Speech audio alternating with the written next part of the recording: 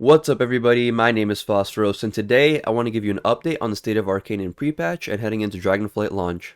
I'll be covering what's good, what's bad, we'll go over some talents and the rotation, as well as some thoughts on the playstyle, and how it compares to Shadowlands. So let's get right into it. So first things first, I want to give you guys a disclaimer. Currently the sims for Fire and Frost are out, but Arcane is still missing its sims.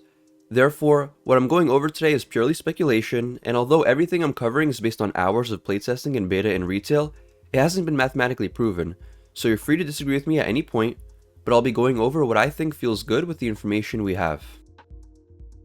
Alright, so before I give you some thoughts on the playstyle, I'll give you some context by going over the talents and rotation.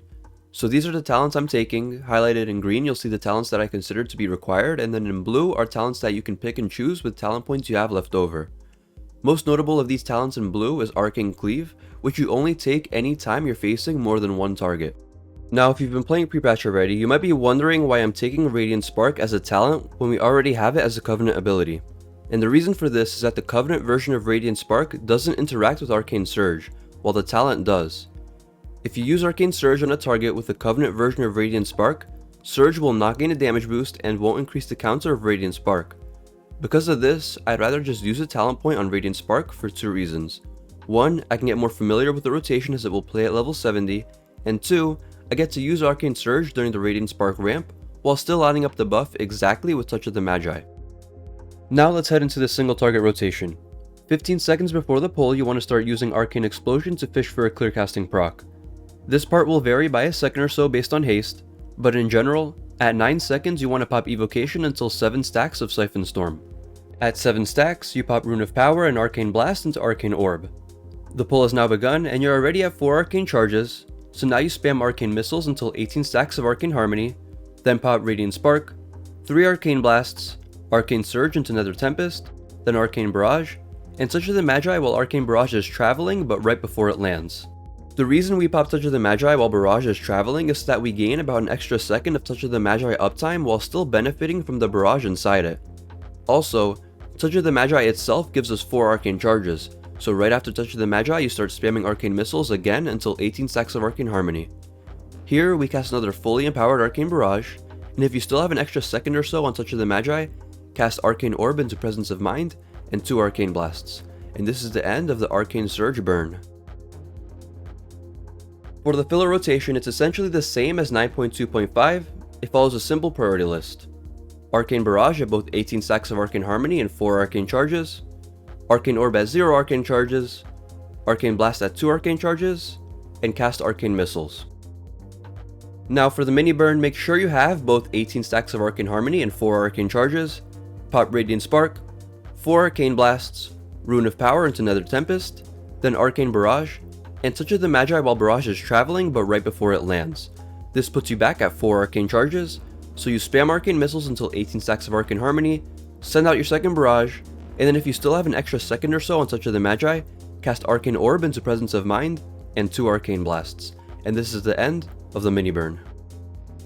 Now that we covered the rotation, let's take a look at how it compares to Shadowlands, and then I'll talk about the good and the bad. So the biggest change we see is being able to get 2 Arcane Barrages off during Touch of the Magi. Let's analyze this and take a look at the best and worst case scenario for each expansion. For Shadowlands, our burns consisted of 1 Barrage, and for Dragonflight, our burns consist of 2. In the best case scenario of a Shadowlands burn, we cast our 1 Barrage, it crits, and we're done.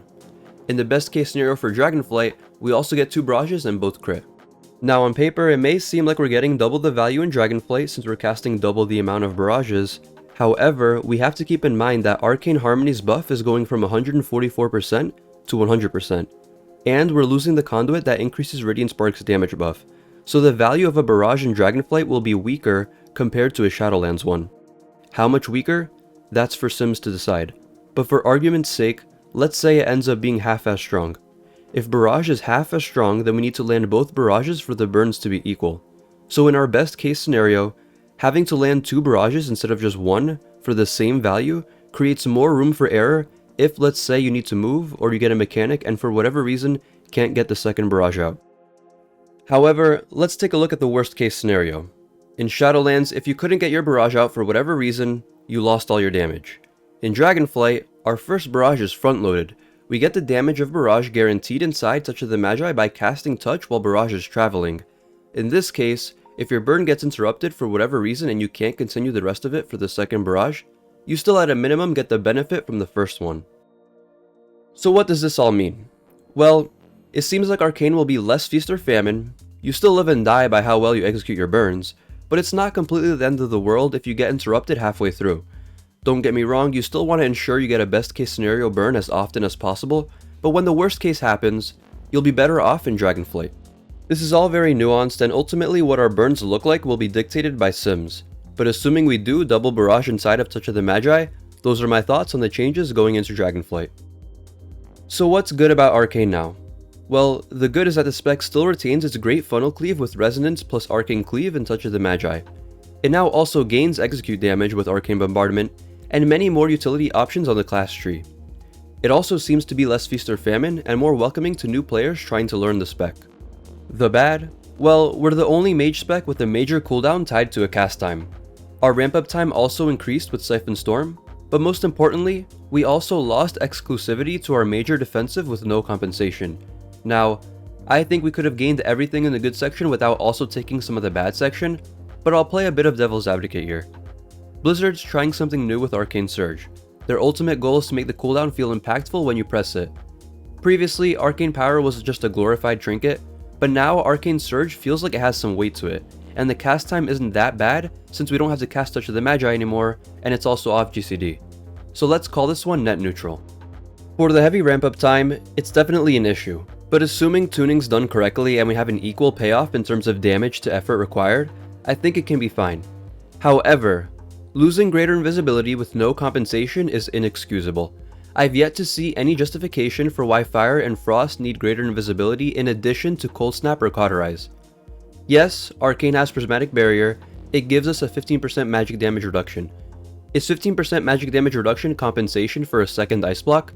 Is it compensation for a cheat death? I certainly don't think so. Let me know what you guys think down in the comments, but this seems very unfair to Arcane.